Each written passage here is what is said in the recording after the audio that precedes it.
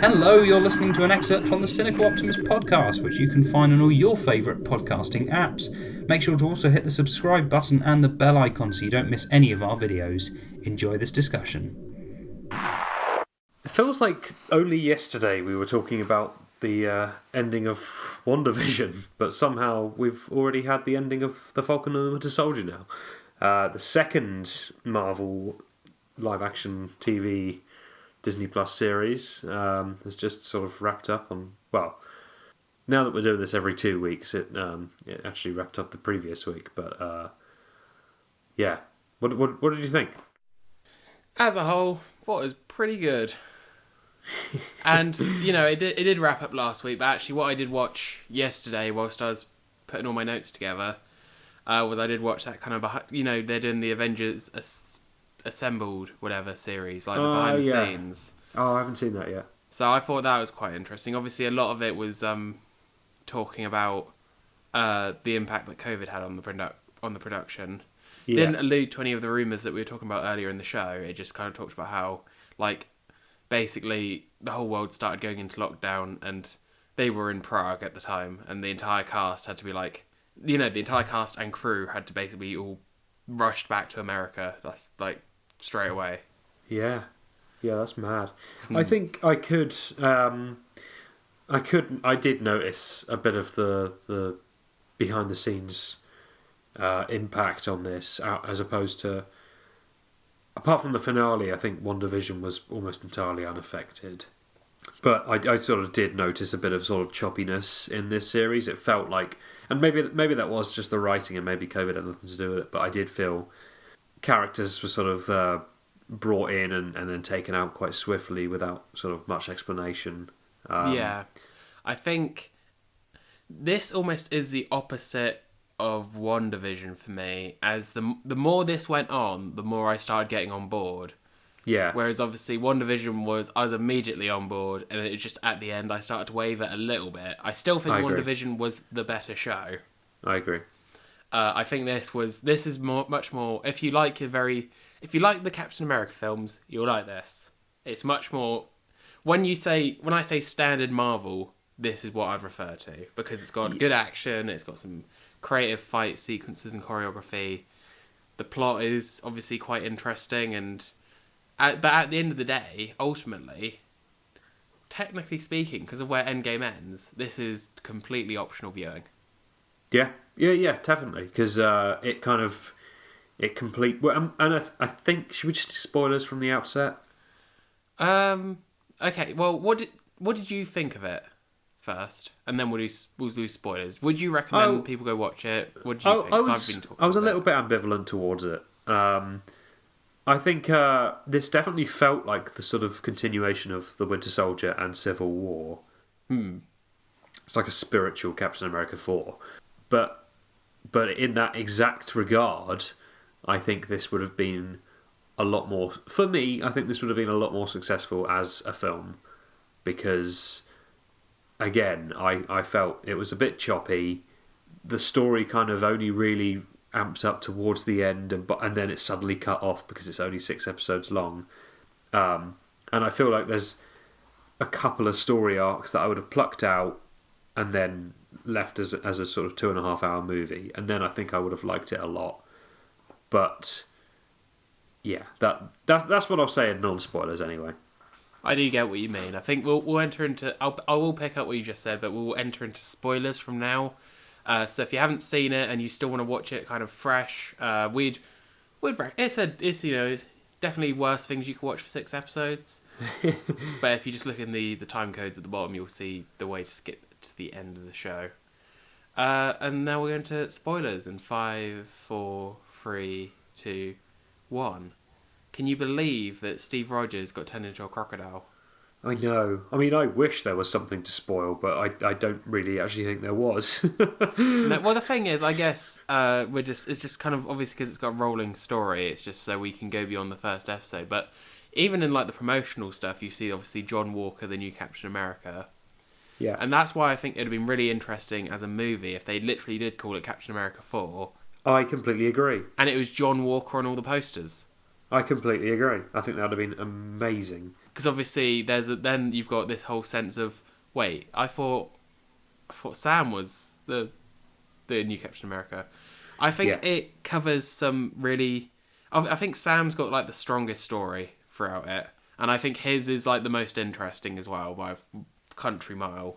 I agree. It's just quite muddy. It's just quite muddy because it's just surrounded by stuff that I'm not particularly interested in, and I it's just like the most predictable story I think I've seen in the MCU, which is a bit of a shame.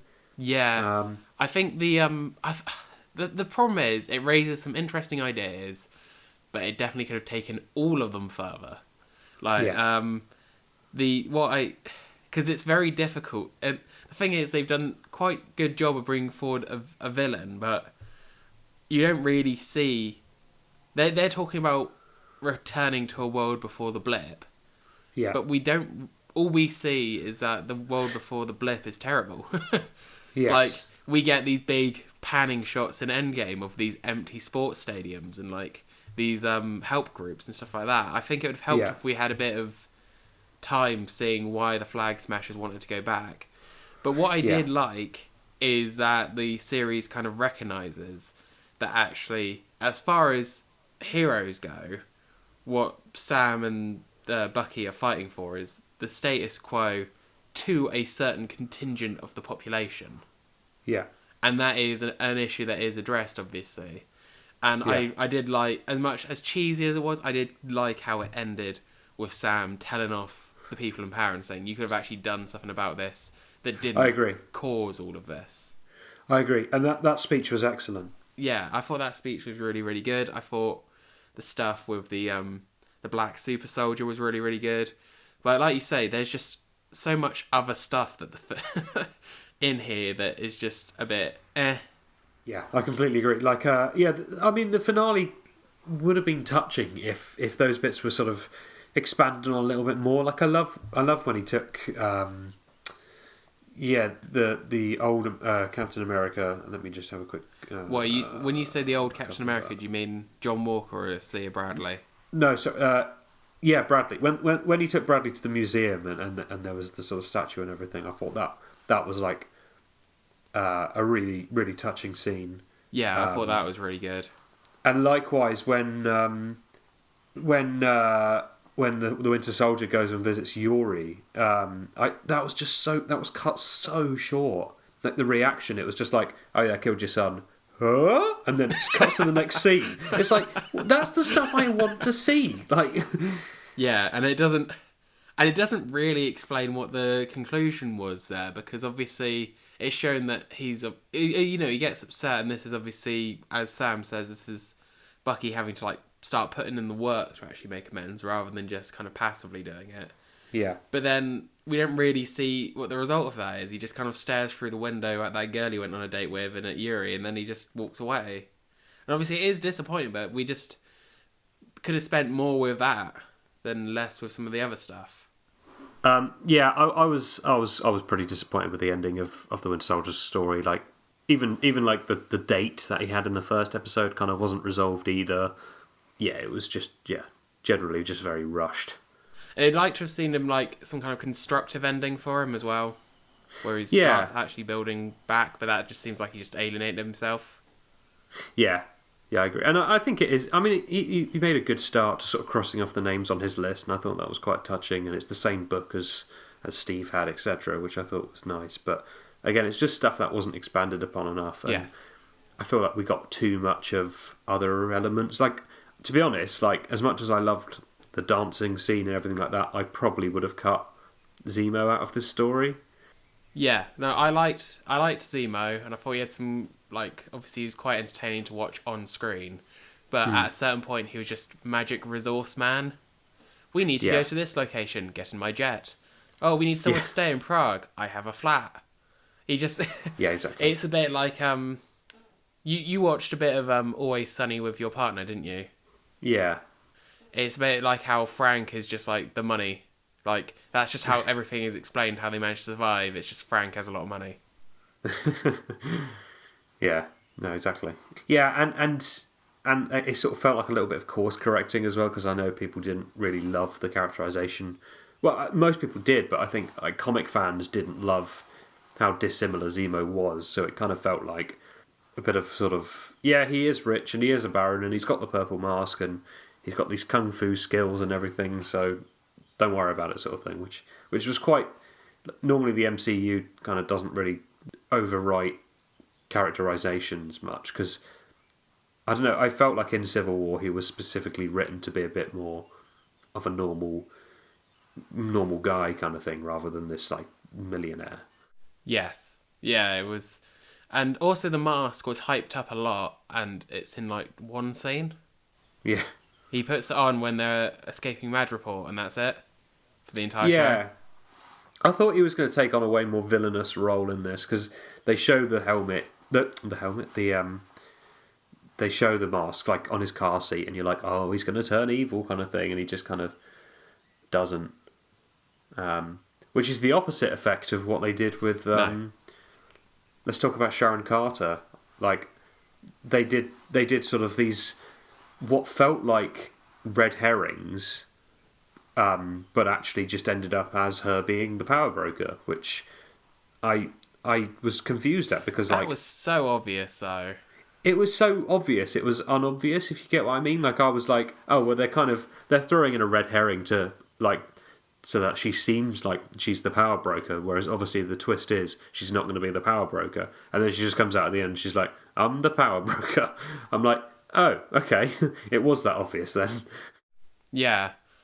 Yeah, and it was so obvious that you almost have to judge why none of the other characters kind of at least sensed something was up. I didn't really like that characterization so much either, because it did feel very different. Again, sort of another sort of slight contradiction to Civil War for me, because I did feel like I don't know. I get she's been on the run for however many years she's been on the run for, because she was helping someone else out, but I just didn't quite believe it. Yeah, I respected, though, that story-wise, she was like, well, I'm not an Avenger, so helping you guys out just got me, fired, basically, and hunted for treason. Thanks, guys. Yeah. I appreciated that they were just like, not everyone gets a pardon. I get it, yes, but I feel like she's always been the character that stands up for good, because she was the only one in sort of S.H.I.E.L.D. When Nick Fury was sort of assassinated who sort of stayed loyal. Then she was the only one that helped Cap in Civil War. I don't know. I just didn't quite buy it. But there we go. I mean, I guess it might be an interesting plot point for the future. So, like, you can understand doing what you need to do to get by, but it did seem like obviously quite a lot had changed, because at this point she's just like, nah, even though I've got my pardon, I'm back in the US, I'm still going to be a villain kind of thing. Yeah.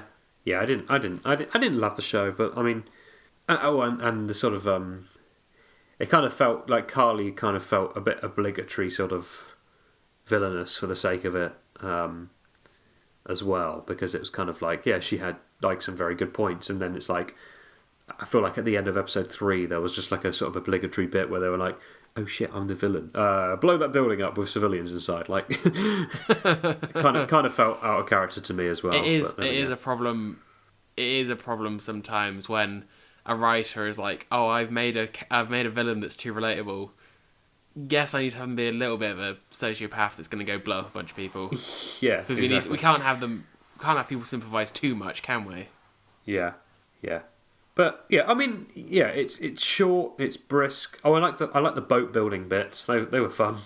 Yeah, honestly, maybe one of the better episodes was the 5th episode, just because it was building a boat. It was the training montage.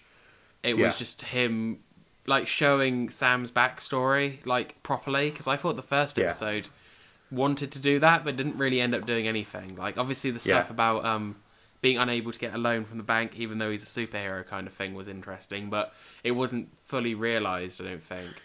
Yeah, that 5th episode was actually quite interesting to watch. As much as it felt like an ad for some kind of beer. Like it looked so stereotypical of like the community's all come together. We're doing up a boat. I expected there to be a close up of like a Peroni with like Peroni for the good times or something like that. Yeah. Yeah, Bucky's just opening it on his arm and everything. Yeah. No, I agree. Yeah, I love. Yeah, I mean, it opened up a lot of questions. You're talking about a lot of questions. I was going to say about Julia Louis-Dreyfus's character, Valentina Allegra de Fontaine, and obviously John Walker's conclusion as US agent, and what you think that's going to be about. Well, yeah, I knew a little bit about US Agent to start with, and that's the kind of... Again, that didn't come as much as a surprise, because I thought that's just what they were doing from the offset kind of thing. Yeah. And then... yeah, Julia Louis-Dreyfus. Yeah, like, I didn't... I feel like as a... I don't know her character from the comics, so that didn't feel like... I mean, I liked the way it was acted. She came in and she was really cool. And quippy and everything, and I really like that character, especially amongst John Walker's kind of like a slightly sort of misery guts kind of personality later on in the series. I thought she was a nice parallel to that, but again, it didn't really come as like much of a sort of like, oh my god kind of moment, but to me, just because I wasn't super aware of her character from the comics. Yeah, I just thought it was an interesting parallel to obviously the role that Nick Fury played in the original Iron Man. Yeah, that's a good point. That's a very good point. We haven't really spoken about John Walker much, have we? Yeah, I think John Walker was an interesting... Because obviously, from the military standpoint, he was the perfect candidate to be Captain America. And I think it definitely helps, in a way, to show how not everyone can be Captain America kind of thing, even if you've got like a perfect track record and things like that. Yeah. I did think he was an interesting addition. I think Wyatt Russell did a great job. Yeah, I agree. I think his story is a bit almost tragic in a way, because the whole time he's basically just following orders, and he ends up basically doing an awful lot of bad in the end, which is not what he really wants to do. Obviously, the serum brings out a dark side in him as well. Well, yeah, the serum exaggerates, doesn't it? So if you're already quite bad, that's going to exaggerate that kind of thing. But yeah, I think they kind of kept him on a fine line between. It wasn't just like, I was a bit wary because I've seen stuff like The Boys and Invincible and all these kind of things, which kind of paint you sort of your evil Superman or your evil Captain America kind of thing. And I was a bit wary about beginning that, but I like how they kind of they actually kept on a very fine line between sympathetic and evil. Yeah, because I don't think he was necessarily at any point... Like, obviously, the serum brings out, like, this darkness to him, but it's when he's getting, obviously, his court-martial, and he's basically having to go at them, like, you made me this way, kind of thing. Yeah. He's definitely not, like, just an outright unsympathetic character kind of thing. I agree. I thought it was quite... almost...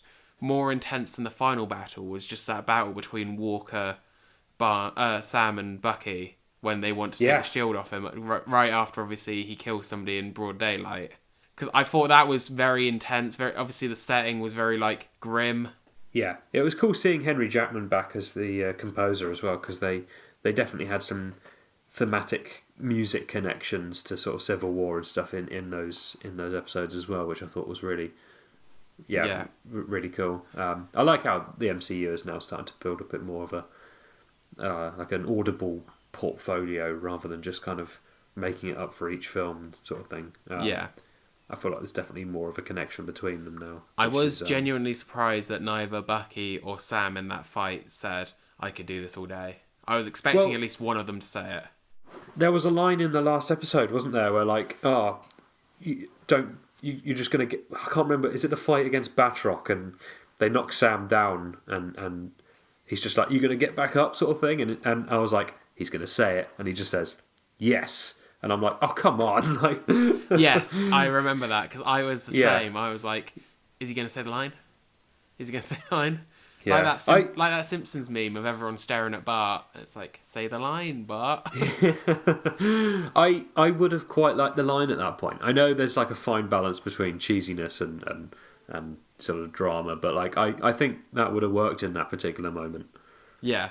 But yeah, as you say, it's quite a sort of, it's a middling MCU property, I think, which is still a very high bar. Yeah. So yeah, I think definitely worth a watch. If you have Disney Plus, it's worth a watch. If you don't have Disney Plus, it's not worth getting Disney Plus just to watch it. Yeah, very good summary.